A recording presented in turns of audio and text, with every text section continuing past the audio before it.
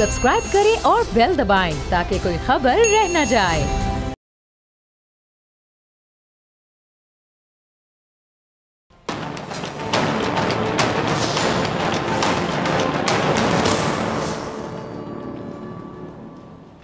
अस्सलाम वालेकुम नाजरीन, मैं हूं डॉक्टर फिजा अकबर खान और मैं हूं पाकिस्तान और आप देख रहे हैं पाकिस्तान के सबसे बड़े न्यूज़ चैनल का नंबर 1 प्रोग्राम ऐसे नहीं चलेगा। हज़रत अली का कौल है कि जिस पर एहसान करो उसके शर से बचो।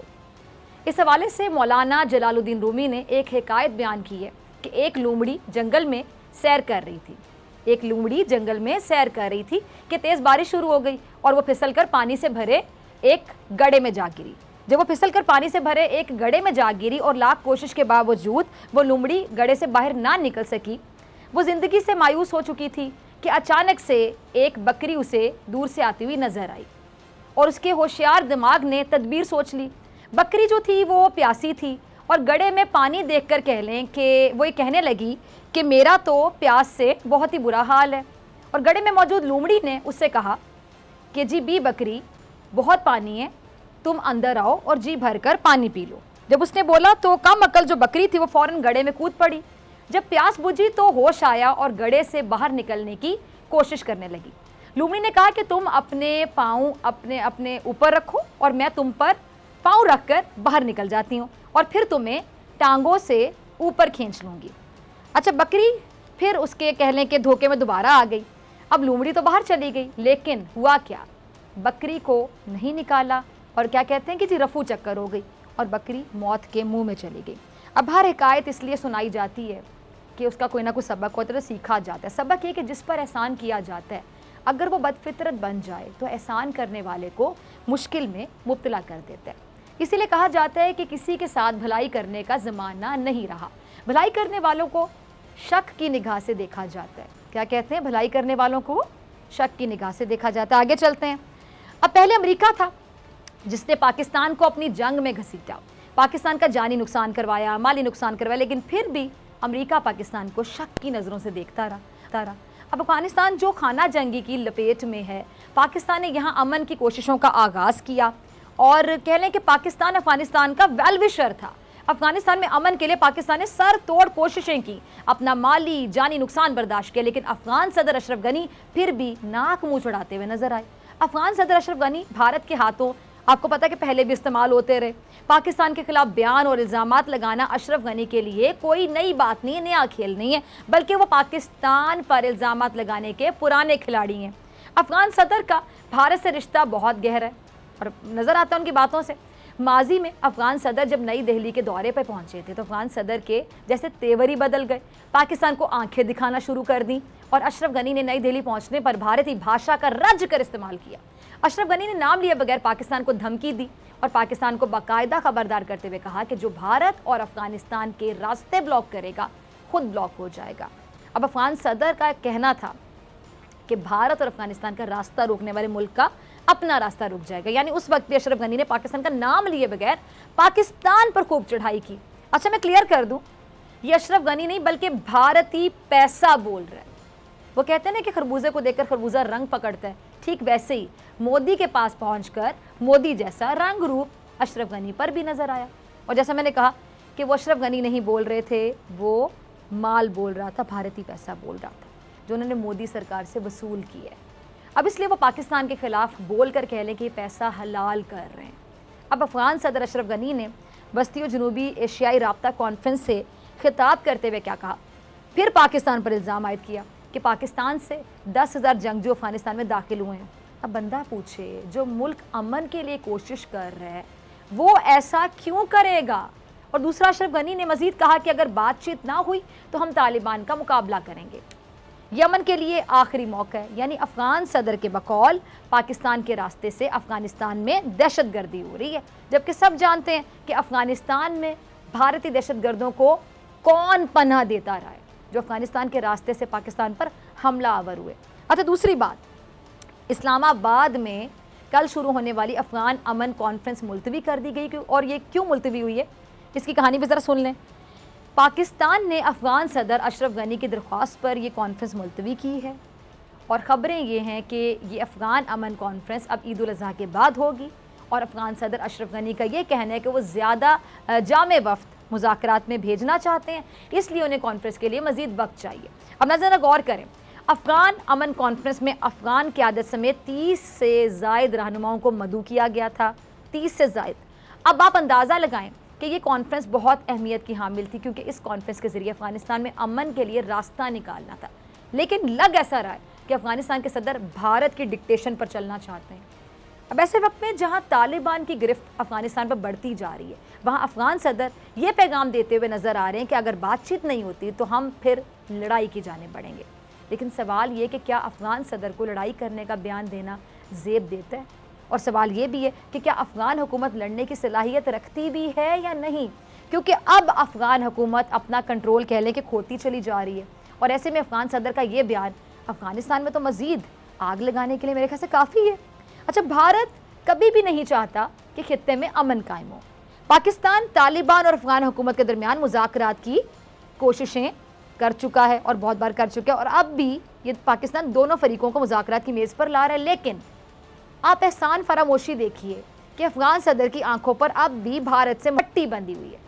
अब अफगान सदर ने पाकिस्तान की अफगानिस्तान में अमन कोशिशों को नज़रअंदाज करते हुए उल्टा पाकिस्तान पर ही अफगानिस्तान में दहशतगर्दी को फ़रोग देने का इल्ज़ाम लगाया। तो हमारे वज़ीर आज़म ने भी मौके पर अफगान सदर को आईना दिखा दिया।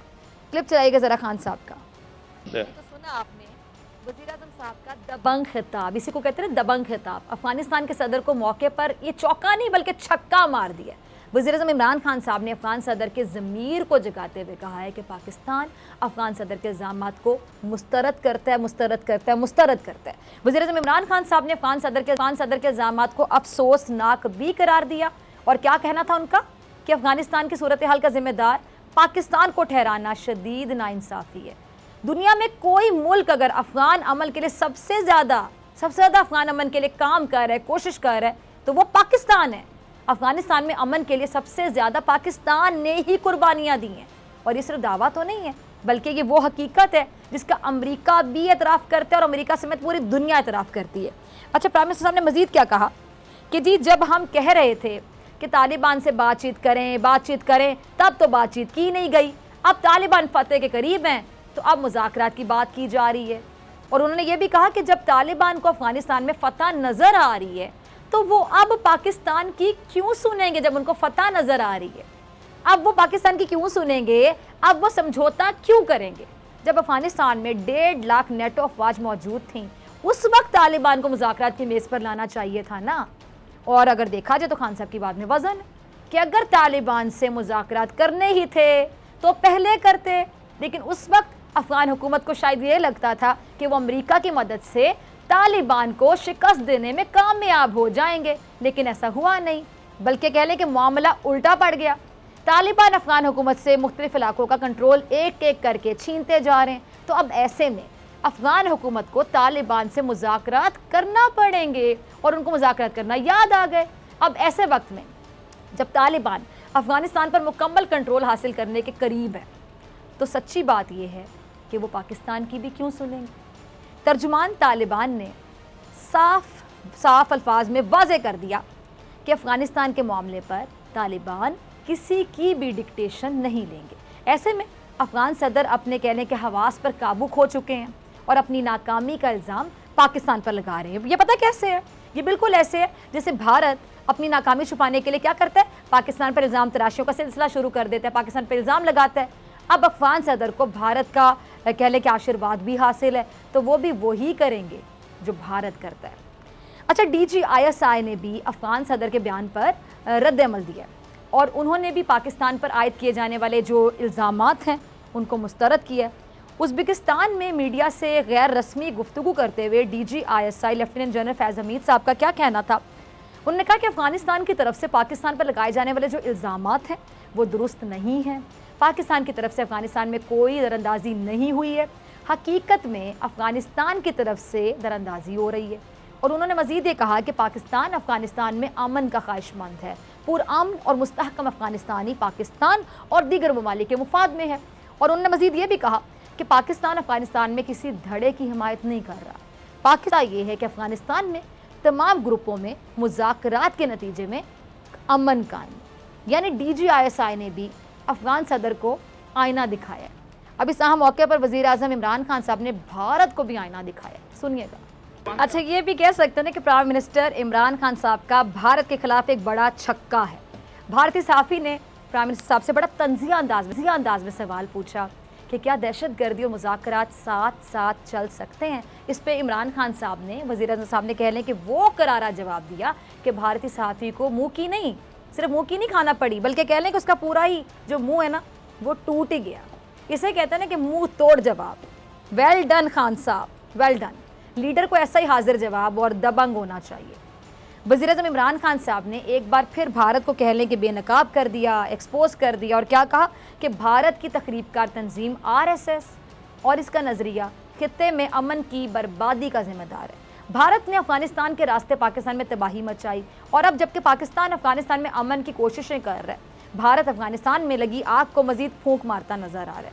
अब भारत की कारस्तानी देखें कि तालिबान ने अफगान नेशनल आर्मी की स्पेशल फोर्सेस के डेप्यूटी कमांडर सदीक करजई और अफगान जो सूबे हैं कैपेसा की जो डेप्यूटी गवर्नर उनको हलाक किया, और कमांडर सदीक करजई भारतीय सहाफ़ी दानिश सदीकी का हमरा जो स्पेन में रात गए पहुंचे थे तालिबान हमले में, भारतीय सहाफ़ी और जो कमांडर हैं करजई वो मारे गए। अब ये भारतीय जो सहाफ़ी हैं ये रॉयटर्स की तरफ से अफगानिस्तान में कवरेज के लिए मौजूद थे, और जो भारतीय मुसलमान सहाफ़ी हैं दानिश सदीकी, उन्होंने कोरोना वबा के दौर में, मैं आपको याद करूँ कि भारत में हज़ारों जलती लाशों की तस्वीर, ये जो मोदी सरकार है इसको आईना दिखाया, तनकीद का निशाना बनाया। अब इस पर जो भारतीय इंतहा पसंद तबका है ना, वो दानिश सदीकी की मौत पर बाकायदा खुशियाँ मना रहे। अब ज़रा पूछा जाए इनसे कि सब क्या है, भारत को खुशियाँ आखिर किस चीज़ की चढ़ी हुई हैं। ज़रा ये अगला क्लिप चलाएगा प्राइम मिनिस्टर साहब का। अच्छा, पाकिस्तान को बैरूनी ख़तरे का सामना है, और ये बैरूनी ख़तरा पाकिस्तान को भारत से है। भारत अफ़गानिस्तान को हमारे खिलाफ इस्तेमाल कर सकता है, ये बात सबको पता है। और माजी में भी क्या होता रहा कि माजी में भी अफ़गानिस्तान की जो सरज़मीन है वो कई मरतबा पाकिस्तान के ख़िलाफ़ इस्तेमाल की गई। वज़ीर आज़म इमरान खान साहब इसी खदशे का इजहार करते रहे कि भारत की भरपूर कोशिश है कि वो किसी तरीके से अफ़गानिस्तान के ज़रिए पाकिस्तान में खाना जंगी की कैफियत पैदा कर सकता है। अफ़गानिस्तान में भारत की पाकिस्तान दुश्मनी पर मबनी ये जो साजिशें हैं, इनकी बाकायदा फैक्ट्रियाँ लगी हुई थी, जहाँ से आए रोज़ कह लें कि किसी न किसी मंसूबे की खबर हमारी जो सिक्योरिटी एजेंसियाँ वो लगा लेती हैं। अच्छा, दाइश के साथ भारत के ताने बाने भी मिल रहे हैं, और वज़ीर ख़ारजा के हमरा जो पाक फ़ौज के तर्जुमान हैं अफ़गान सरहद के साथ दहशत गर्दों के ठिकानों की तफसीलात मीडिया के सामने पेश भी कर चुके हैं। अच्छा, भारत अफ़गानिस्तान में अपने सफारत खाने और कौंसलेट को दहशतगर्दी के लिए इस्तेमाल करता रहा, और ये मामला भी नया नहीं है। सबको पता है कि सरहद पार से दरअंदाजी के कितने ही वाक़यात में पाक फ़ौज ने जानी नुकसान बर्दाश्त किया। अफ़गानिस्तान की सरजमीन का पाकिस्तान के खिलाफ इस तरह इस्तेमाल होना किसी तौर पर भी काबिल कबूल नहीं है।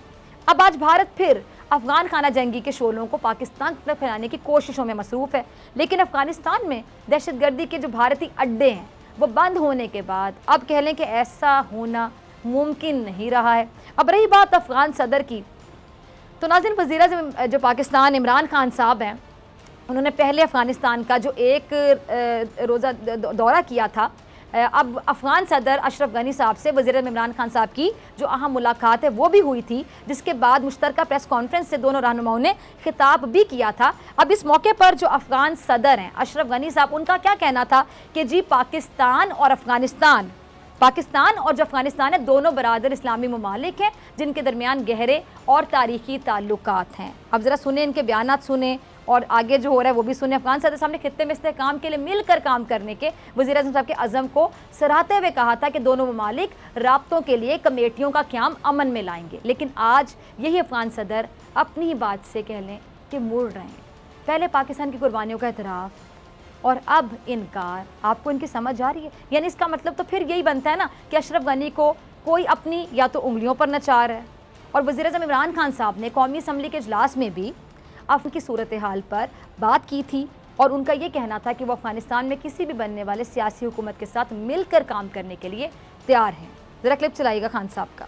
सर जो कह रहे हैं इससे आप बखूबी अंदाज़ा लगा सकते हैं, बखूबी अंदाज़ा लगाया जा सकता है कि पाकिस्तान अफ़गानिस्तान में अमन के लिए किसी एक गिरोह की हिमायत हरगिज़ नहीं कर रहा। पाकिस्तान की आप कह लें कि पूरी कोशिश ये है कि सिर्फ अफ़गानिस्तान में अमन के लिए इस्तेहकाम के लिए अफगानिस्तान पर हुक्मरानी किसको करनी चाहिए, इसका फैसला करने का इख्तियार सिर्फ अफगान अवाम को है। लेकिन भारत और इसके जो चेले हैं वो ये प्रोपेगेंडा जारी रखे हुए हैं कि तालिबान को पाकिस्तान की मदद हासिल है, और इसीलिए अफगानिस्तान के नायब सदर ने तालिबान की मदद का झूठा इल्ज़ाम लगाया।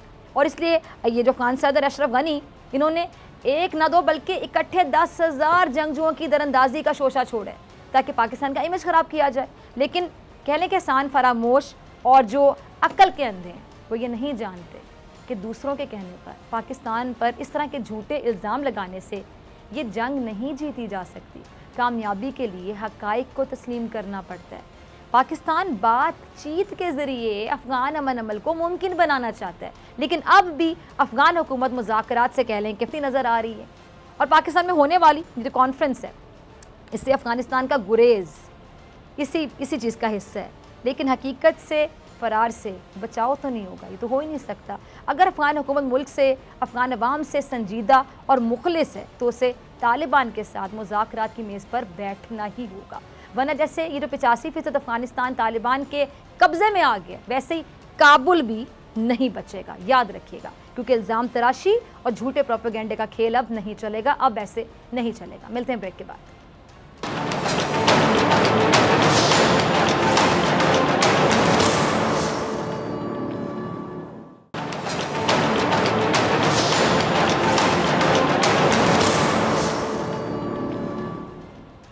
वेलकम बैक नाज़रीन। ये बात हकीकत है कि पाकिस्तान से ज़्यादा किसी ने भी तालिबान को मुज़ाकरात की मेज़ पर लाने के लिए किरदार अदा नहीं किया, लेकिन इसके बावजूद पाकिस्तान को अफ़गानिस्तान की तरफ से ये सुनना पड़ा कि अफ़गानिस्तान की सूरत हाल का ज़िम्मेदार पाकिस्तान है। क्या ये पाकिस्तान के साथ नाइंसाफ़ी नहीं है? अफ़गान सदर अशरफ गनी ने वस्ती और जनूबी एशियाई राब्ता कॉन्फ्रेंस से खिताब करते हुए पाकिस्तान पर इल्ज़ाम आयद किया कि पाकिस्तान से 10,000 जंगजू अफ़गानिस्तान में दाखिल हुए, जिसके जवाब में वज़ीर-ए-आज़म इमरान खान साहब ने अफ़गान सदर अशरफ गनी के इल्ज़ामात को वहीं पर मुस्तरद कर दिया। इमरान खान साहब का क्या कहना था? कहते हैं कि अफ़गानिस्तान की सूरत हाल का जिम्मेदार पाकिस्तान को ठहराना शदीद नाइंसाफ़ी है। अफ़गानिस्तान में अमन के लिए सबसे ज़्यादा पाकिस्तान ने ही कुर्बानियाँ दी हैं और पाकिस्तान अफ़गानिस्तान में अमन का ख़्वाहां भी है। अच्छा, ये बात तो अमेरिका भी बोल रहा है। हकीकत में तो दरअंदाजी अफ़गानिस्तान से हो रही है। दहशतगर्दी के सारे मराकज़ तो अफ़गानिस्तान में मौजूद हैं। अगर इस तरह के इल्ज़ामात लगते रहे तो फिर हालात में बेहतरी कैसे आएगी भी या नहीं? अब नाज़रीन, सवाल ये भी पैदा होता है कि अफ़गानिस्तान के बयानात के पीछे आखिर कौन हो सकता है? क्या अफ़गानिस्तान की जो डोरें हैं वो किसी और के हाथ में, जो वो इस तरह की बातें कर रहे हैं? इस पर बात करने के लिए, इस गुत्थी को सुलझाने के लिए जो मौजूद मेहमान मेरे साथ मौजूद है, किसी तारुफ के मोहताज नहीं, साबिक सफ़ीर शाहिद अमीन साहब। शाहिद साहब बहुत शुक्रिया वक्त देने के लिए। शाहिद साहब, ये अफ़गान हुकूमत जो मौजूदा सूरत हाल है, इसका इल्ज़ाम पाकिस्तान पर आखिर क्यों लगा रही है? क्या हम कह सकते हैं कि अफ़गान सदर और जो नायब सदर हैं वो भारत की ज़बान बोल रहे हैं? जी बिल्कुल, ये नहायत ही अफसोसनाक चीज़ है कि पाकिस्तान ने क्या नहीं किया, अफगानिस्तान के लिए क्या कुर्बानियाँ नहीं दी। इतने सारे 3 मिलियन रेफ्यूजी, और फिर यहाँ पाकिस्तान में जो खून खराबा होता रहा है, दहशतगर्दी होती रही है, वो बुनियादी तौर पे हमने नेटो फोर्सेस को रास्ता दे दिया था, उसके नतीजे में जो दहशतगर्द थे वो पाकिस्तानी स्टेट को नुकसान पहुँचा रहे थे। तो ये सारे नुकसान पाकिस्तान ने किसकी खातिर उठाए हैं कि अफगानिस्तान में अमन व अमान हो और वहाँ पे जो भी जंग जदल जारी है वो ख़त्म हो। लेकिन वो कहते हैं ना कि वो जैसे गालिब का शेर है, लोग वो भी कहते हैं ये नंगो नाम है, ये जानता अगर तो लुटाता ना घर को मैं। तो वो वाली बात है कि हम सबसे ज़्यादा कुर्बानी तो हम ही नहीं दी और हम ही के खिलाफ वो इस तरह के जज्बात रखते हैं। आपकी बात सही है कि उनका पीछे कोई ना कोई है। यकीनन इंडिया के साथ तो आपको भलाई की तवक्को करते नहीं, यकीनन वो इंडिया उनको उकसारा है, लेकिन खुद उनके मुल्क में मैंने देखा अरसे दराज से कम की एंटी पाकिस्तान फीलिंग मौजूद है। उसमें तासुब कह लीजिए, उसको गलत फहमी कह लीजिए, एक किस्म की एस्केपिज्म भी है कि वो कहते हैं ना खिस्तियानी बिल्ली खंबा नोचे, कि वो वहाँ पे शिकस्त खा रहे हैं तो अब उनको और तो कुछ समझ नहीं आता, तो पाकिस्तान एक उनका फॉल गाई है कि इस पे सारा इल्जाम डाल दो कि इसकी वजह से आप हमें शिकस्त हो रही है। हकीकत यह है कि तालिबान की कामयाबी जो है, उनकी अपनी जो भी मकबूलियत है या उनके टैक्टिक्स हैं जो भी है, उसकी वजह से हो रही है, और अफगानिस्तान की जो अशरफ गनी की हुकूमत है उसकी कमजोरियों की वजह से, उसकी नालायकियों की वजह से हो रही है। उनको कितना अमेरिका ने और यूरोप ने पैसा दिया उनकी फौजों की ट्रेनिंग करने के लिए और डेवलपमेंट करने के लिए, वो सब करने के बाद आज उनका नतीजा यह है कि उनके सिपाही जो है बगैर लड़ाई किए हथियार डाल देते हैं, भाग जाते हैं, और हर जगह तालिबान के बढ़ने की खबरें आ रही है। तो ये उनकी अपनी कमजोरी है ना जी। उसके लिए पाकिस्तान को इल्जाम देना बिल्कुल ही बेमानी, बिल्कुल ही बेहुदा ये किस्म का इल्जाम है, जिसकी कोई हकीकत नहीं, कोई फैक्ट तो सामने लाए ना। किधर पाकिस्तानी 10,000 पाकिस्तानी दाखिल हुए अफगानिस्तान में, कभी आपने एक को आइडेंटिफाई किया है? तो ये बिल्कुल बेसरोपार बातें हैं, झूठ है, गलत इल्जाम है। लेकिन अफसोसनाक बात यह है कि उससे पाकिस्तान और अफगानिस्तान के अंडरस्टैंडिंग में बहुत ही ज्यादा एक किस्म का खलीज बढ़ता जा रहा है। ये चीज हमारे लिए सबसे ज्यादा परेशान कुन है। ठीक है जी। अच्छा शायद साहब, भारत ने अफगान हुकूमत को तालिबान के खिलाफ जो असलहा फराम किया, माली मदद भी की, अगर अफगानिस्तान में तालिबान की हुकूमत आ जाती है तो क्या तालिबान पाकिस्तानी मफादात के तहफ़्फ़ुज़ को यकीनी बनाएंगे? आपको क्या लगता है? ये तालिबान के अपनी एक अलग मसले हैं, उनकी जो पॉलिसियां हैं, एक तो जो समझिए शिद्दत पसंद की जो जज्बात हैं कि औरतों को घर में शटल को बुर्का पहना के घर में बिठा दिया जाए, और हर किस्म की उनकी तालीम और मौसीकी और सिनेमा और टीवी और हर चीज़ पर पाबंदी लगा दी जाए। इस किस्म की इंतहा पसंदी जो है वो तो जाहिर है कि कम से कम ज़्यादातर तो लोग इसको एक्सेप्ट नहीं करेंगे, और इस्लामी दुनिया में भी मेरे ख्याल में कोई और ऐसा मुल्क नहीं है जहाँ पे इस तरह की चीज़ें हो रही हैं। तो उस लिहाज से तो उनकी इंतहा पसंद सोच जो है वो हमारी सोच के मुताबिक नहीं है। लेकिन साथ ही में ये भी कहना पड़ेगा कि वो जो एक हकीकत है कि उन्होंने उनकी मकबूलियत है अफगानिस्तान में, और अफगानिस्तान हमारा पड़ोसी है, उसके साथ हमारा 2,500 किलोमीटर कितने का बॉर्डर है। तो वो कहते हैं कि you can't choose your neighbours, आपको उनके साथ किसी तरीके से मोडस विवेंडी तो निकालना पड़ेगा।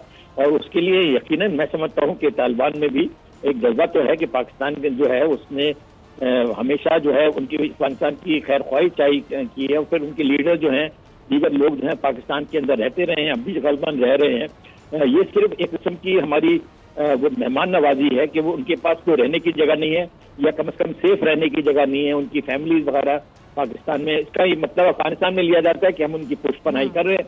उसके लिए कोई आप शहादत तो बताए ना, किस तरीके से पुष्पनाई कर रहे हैं। हम ही ने उनको सबसे ज्यादा माइल किया कि आप बातचीत की बेस पर आए, और बातचीत के ऊपर एक हद तक कुछ कामयाबी भी हुई थी। सिर्फ पाकिस्तान दुनिया में ऐसा मुल्क है जो तालिबान को मुज़ाकरात की टेबल पे लाने के में किसी हद तक कामयाब हुआ है, और तो किसी मुल्क ने कुछ नहीं किया ना इस सिलसिले में। तो मैं समझता हूँ कि पाकिस्तान की खिदमत का एतराफ़ ना करना जो है इंतहाई एहसान फरामोशी है, उनकी बेज़र्फी है। मुझे समझ में नहीं आता कि अफगानिस्तान के सदर या उनके जिम्मेदारान लीडर जो है किस तरह इस कम के झूठे मफरूजों पे अपने इल्जामात लगाते हैं, और उनको बिल्कुल एहसास नहीं होता कि जो उनका सबसे बड़ा मोहसिन है, आप उसी की खिदमत का एतराफ़ नहीं कर रहे हैं। ठीक है शायद साहब, अब पाकिस्तान को अफगानिस्तान की जानिब स्ट्रैटेजिक जो डेप्थ है, आपको पता है उसकी हमेशा से ज़रूरत थी। क्या तालिबान की हुकूमत आने के बाद हम कह सकते हैं कि पाकिस्तान को वो हासिल हो जाएगी, या ये कहना अभी कब्ल वक्त होगा? आपको लगता है कि ऐसा नहीं हो सकता? ये स्ट्रेटेजिक डेप्थ वाला मामला तो पुराना है। अब साल से हमारा मिलिट्री डॉक्ट्रिन में ये अफगानिस्तान का स्ट्रेटेजिक डेप्थ की बात नहीं है। अल्हम्दुलिल्लाह हमारे पास वो वसाइल मौजूद हैं कि बगैर अफगानिस्तान की स्ट्रेटेजिक डेप्थ के भी हम अपना पूरा दफा कर सकते हैं। सबसे बड़ा तो हमारा न्यूक्लियर डिटरेंट मौजूद है, हमारी अफवाज की सलाहियत है, तो इसलिए हमें स्ट्रेटेजिक डेप्थ की जरूरत नहीं है। ना ही हमारा मिलिट्री डॉक्ट्रिन कम से कम बहुत सालों से रहा है। एक जमाने में ज़िया-उल-हक के जमाने में और कब से 30-40 साल पहले इस तरह की बातें होती थी। लेकिन जाहिर है कि हमारी ख्वाहिश यही होगी हमेशा कि अफगानिस्तान जो है कम से कम हमारे से दुश्मनी ना करे। अगर हमारे से दोस्ती नहीं करता है तो कम से कम दुश्मनी ना करे। और इस बारे में हमें यकीनन एक हद तक इस बात की उम्मीद है कि तालिबान जो है वो हमारी दुश्मनी में कोई बात नहीं करेंगे। जैसे अशरफ गनी की हुकूमतें और उससे पहले करजाई की हुकूमतें और दीगर वहाँ पे हुकूमतें करती रही हैं। रब्बानी की हुकूमत जो कि प्रेसिडेंट रब्बानी की तालिबान के शुरू से पहले मुजाहिदीन जब हुकूमत कर रहे थे, रब्बानी की हुकूमत इस कदर पाकिस्तान के खिलाफ जहर उगलती थी। मैं तो OIC में एम्बेसडर था, वहाँ पे जाके उनके फॉरेन मिनिस्टर जो पाकिस्तान के खिलाफ नफरत फैलाते थे, मैं बात कर रहा हूँ 1993, 1994 की, वो तो बिल्कुल ही हैरानी की बात होती। सारे इस्लामी मुल्क हैरान होते थे कि किस किस्म की जबान इस्तेमाल की जा रही है। तो मैं उस पस मंजर में तालिबान यकीन हमारे लिए बेहतर है, और हमारी ख्वाहिश ये होगी कि कम से कम उनके साथ इस हद तक अंडरस्टैंडिंग रहे कि वो अफगानिस्तान को पाकिस्तान के खिलाफ सरजमीन के खिलाफ कोई दहशतगर्दी या इसम की पनाहगाहें नहीं देंगे जो इस वक्त मौजूद हैं अफगानिस्तान में। अशरफ गनी को शर्म आनी चाहिए कि उनके मुल्क में पनाहगाहें मौजूद हैं जहां से टीटीपी और इसम के दहशतगर्द पाकिस्तान के खिलाफ कार्रवाइयां कर रहे हैं और साथ में वो हमारे पे इल्जाम लगाते हैं। यानी आप जरा देखिए खुद किस किस्म की उनकी हरकतें हैं और उस साथ में किस बेशर्मी के साथ पाकिस्तान के ऊपर इल्जाम लगाते हैं। बिल्कुल। अच्छा, अब अमेरिका ने जो तालिबान से मुज़ाकरात भी किए शाहिद साहब, और अफगानिस्तान में अपना असर भी कायम रखना चाहता है, यानी अफगान हुकूमत को सपोर्ट भी कर रहा है, तो इसको हम खुले अल्फाज में दोहरी पॉलिसी नहीं कहेंगे, ये दोहरी पॉलिसी नहीं है? मैं तो अफगानिस्तान से अब अमेरिका की इनखला हो गया है, तकरीबन खत्म हो चुका है, तो वो तो उनकी नाकामी की एक सबसे बड़ी दलील है। लेकिन अमेरिका को यकीनन मफाद ये है कि अफगानिस्तान से ऐसी हुकूमत ना बने जो कि अमेरिका के खिलाफ दहशतगर्दियों की पनाहगाह बने। आपको याद है जब तालिबान की हुकूमत बनी थी 1996 से 2001 तक, तो उस वक्त अलकायदा का वहाँ पे बाकायदा बेस था। उसामा बिन लादेन वहीं बैठ के अपनी सारी कार्रवाइयाँ करते थे। तो उसी के दैट लेड टू 9/11। लोग अक्सर भूल जाते हैं कि 9/11 क्यों हुआ, इसलिए कि पहले अब न्यूयॉर्क और दीगर जगह पर अलकायदा ने समझी दहशतगर्दी की और अमेरिका ने उसके जवाब के अंदर फौजी कार्रवाई की। तो अब उनकी जो पिछले 1-2 साल से तालिबान के साथ मुज़ाकरात थे, उसमें तालिबान ने अमेरिका को बज़ाहिर यकीन दिलाया है कि हमारी सरजमीन से कोई दहशतगर्दी नहीं होगी, और ये अमेरिका का यकीनन कौमी मफाद है, क्योंकि उनका माजी का तजुर्बा जो है काफी बुरा रहा है। इसके अलावा देखिए जी, हर मुल्क चाहता है कि दीगर ममालिक के साथ उसके ताल्लुकात में कम से कम एक किस्म की स्टेबिलिटी हो, कम से कम उसमें दुश्मनी ना हो। ठीक है, अफगानिस्तान छोटा सा मुल्क है, लेकिन स्टिल वो अमेरिका के लिए बड़े दर्जे सर भी बन सकता है अगर वहाँ पे दहशतगर्दियों की पनाहगाहें बनती हैं। तो उस लिहाज से तालिबान को भी एक जिम्मेदारी है कि अगर उनकी वाकई हुकूमत वहाँ बन जाती है, जिसके आजकल इम्कानात नजर आ रहे हैं, तो वो एक जिम्मेदार हुकूमत बने। दहशतगर्दी का जो साबका रिकॉर्ड है उसको उस पर दोबारा ना चलें। कोशिश करें कि हर एक के साथ उनके ताल्लुकात बेहतर हों। ना ईरान को शिकायत होनी चाहिए, ना सेंट्रल एशियन कंट्रीज को शिकायत होनी चाहिए, ना रूस को शिकायत होनी चाहिए, और ना पाकिस्तान को शिकायत होनी चाहिए। अगर तालिबान ऐसी माकूल पॉलिसी इख्तियार करते हैं जिसमें मफाहमत का पहलू है, बल्कि वहाँ पे दीगर जो नॉन पख्तून ग्रुप्स हैं उनके साथ भी दोस्ती का हाथ बढ़ाएं ताकि मुल्क में अमन व अमान हो। अगर तालिबान ने सिर्फ वो कहते हैं विनर टेक्स ऑल करके सारी के मुल्क के ऊपर कब्जा करके सिर्फ अपनी मनमानी हुकूमत की, तो फिर अफगानिस्तान में अमन नहीं होगा। तालिबान की बड़ी जिम्मेदारी बनती है कि आप यकीनन बड़ी फोर्सें बजाय आप पूरे मुल्क की में कामयाबी हासिल करने की तरफ जा रहे हैं, लेकिन आप जो नॉन पख्तून हैं उनको नजरअंदाज मत करें, वरना एक नई वहाँ पे सिविल वॉर शुरू हो सकती है। और हमारी पूरी ख्वाहिश ये है कि अफगानिस्तान में किसी तरीके से अमन अमान हो जाए, और वो मुज़ाकरात के जरिए से होता है, उसमें पाकिस्तान अपना रोल अदा करता रहा है, आइंदा भी रोल अदा करता रहेगा। अशरफ गनी की हुकूमत अब चलती है नहीं चलती है तो वक्त नजर आता है। मेरे ख्याल में तो उनके अब थोड़े बहुत ही दिन उनके रह गए हैं, लेकिन ये कि जो भी हुकूमत बने अफगानिस्तान में, उसकी कोशिश ये होनी चाहिए कि सियासी मुफाहमत के साथ मुल्क के अंदर सब इलाकों को अपने साथ मिला के चलें और अपने पड़ोसियों के साथ अच्छे ताल्लुकात रखें, खुसूसन पाकिस्तान के साथ। ठीक है जी। अच्छा शायद साहब, अफगानिस्तान की जो मौजूदा सूरत हाल है और ऊपर से जो बेबुनियाद इल्ज़ामात हैं, इसके बाद आपको क्या लगता है कि पाकिस्तान को क्या सोचना होगा, पाकिस्तान को प्रैक्टिकली क्या करना होगा, यानी पाकिस्तान की हिकमत अमली क्या होगी, क्या होनी चाहिए स्ट्रैटेजी आपके मुताबिक? पाकिस्तान का बिल्कुल कौमी मवाद ये है कि अफगानिस्तान में अमन अमान हो। उसकी आपको अंदाजा है कि उसके लिए है कि कम से कम मजीद को यहाँ पे महाजरी नहीं आएंगे या वहाँ के हालात में पाकिस्तान को मुलव्वस नहीं किया जाएगा। तो एक पहलू है। दूसरा पहलू ये है कि अगर वहाँ पे अमन अमान हो जाता है, जिसकी अल्लाह कामयाब हुई हो इसमें, तो फिर अफगानिस्तान के जरिए से पाकिस्तान के बहुत सारे मफादात हैं। मिसाल के तौर पे हम उज्बेकिस्तान के साथ एक रेलवे प्रोजेक्ट के ऊपर तैयार हैं, लेकिन वो अफगानिस्तान के जरिए से आएगा। एक गैस पाइपलाइन जो है वो तुर्कमेनिस्तान के साथ जारी है, वो भी अफगानिस्तान के जरिए जाएगा। इवन सेंट्रल एशिया का एक रास्ता जो है वो थ्रू पाकिस्तान अफगानिस्तान बनता है। तो इसलिए और फिर देखिए, हम दोनों बराबर मुल्क हैं, हमारी इतनी सारी चीजें मुश्तरका है। हमारी तो बिल्कुल ख्वाहिश होगी कि इस मुल्क के साथ बड़े बरादराना, बड़े करीबी ताल्लुकात हों। तो गोया वहाँ पे जंगो जदल पाकिस्तान के कौमी मफाद के बिल्कुल खिलाफ है।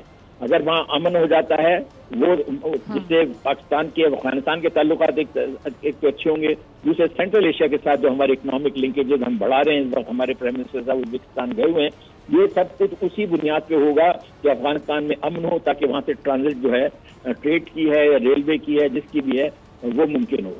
बहुत शुक्रिया शाहिद अमीन साहब आपके वक्त का। और नाज़रीन, आपसे मुलाकात होगी ब्रेक के बाद मौजूद होंगे सदीक जान अपनी बड़ी खबर के साथ।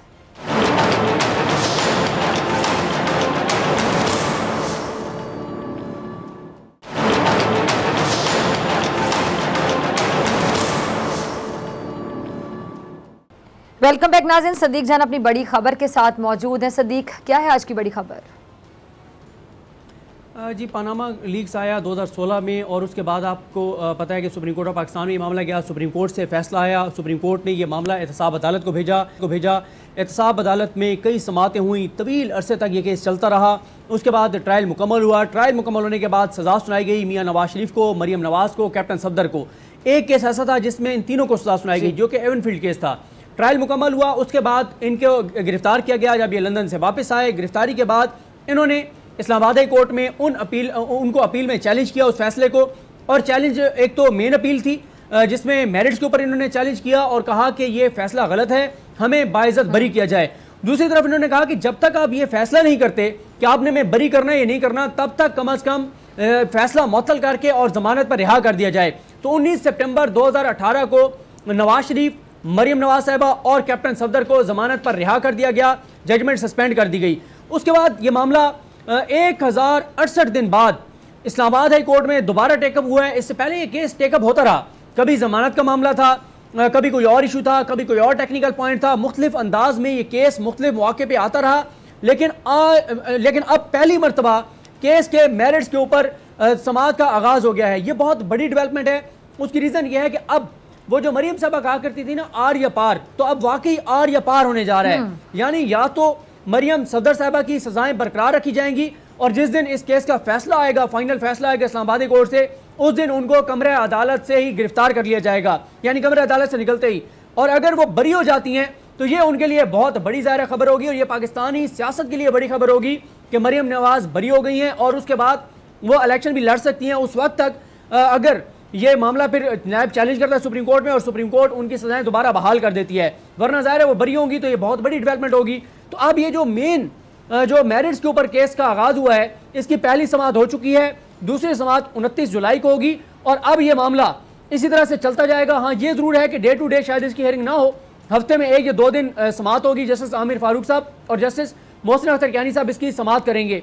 यहाँ पर यह भी आपको बताता चलूँ कि मरियम साहबा और शरीफ खानदान के वकला ने बहुत कोशिश की कि ये मेन केस जो है वो शुरू ना हो। बहुत से हीले बहाने किए गए, बहुत सी रुकावटें खड़ी करने की कोशिश की गई, लेकिन उनके तमाम ये कोशिशें नाकाम हो चुकी हैं और इस्लामाबाद हाई कोर्ट के जजेस ने मेन केस के ऊपर समाअत का आगाज कर दिया है। और अब जब ये केस की जो समाअत है वो मुकम्मल होगी, जो कि ये नहीं कहा जा सकता कि इसमें 8 समाअतें होंगी, 10 होंगी, 20 होंगी, 25 होंगी। उसकी रीज़न ये है कि जब ये केस एहतसाब अदालतों में चल रहे थे तो वहाँ पर तो 100 से ज़्यादा पेशी हुई थी। अब यहाँ पर यह भी हो सकता है कि 20 समाअतें हों, ये भी हो सकता है 15 हों, कुछ भी कहना कबल अज़ वक्त है।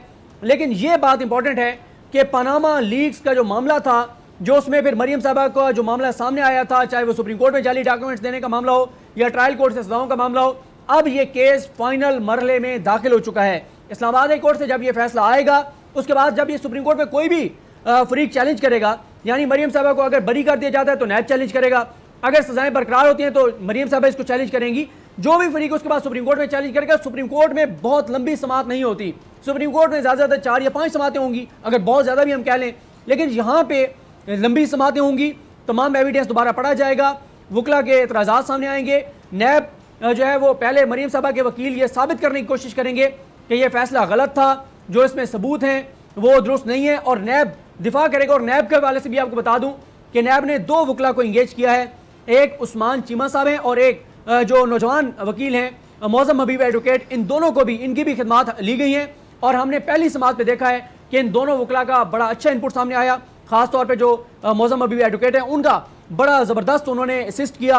जो मुख्तलिफ मौके पे जो हवाले दिए जाते रहे फैसलों के और डॉक्यूमेंट्स के, वो साथ साथ जस्टिस आमिर फारूक साहब और मोहसिन अख्तर कियानी साहब के सामने वो डॉक्यूमेंट्स रखते चले गए ताकि जजेस को आसानी हो ये केस सुनने में।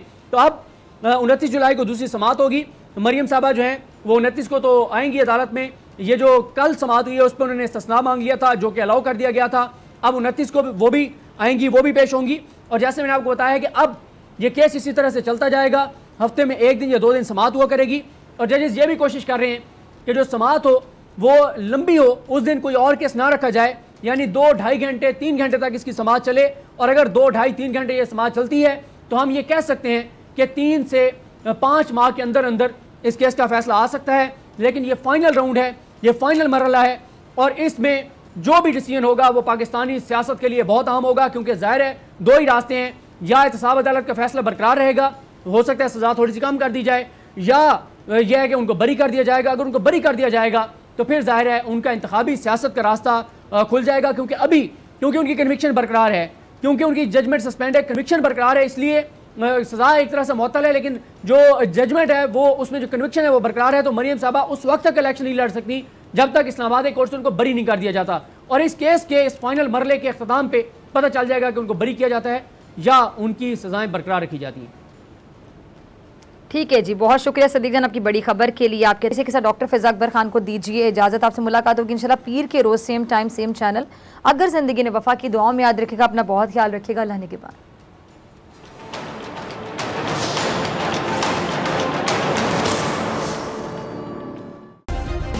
सब्सक्राइब करें और बेल दबाएं ताकि कोई खबर रह न जाए।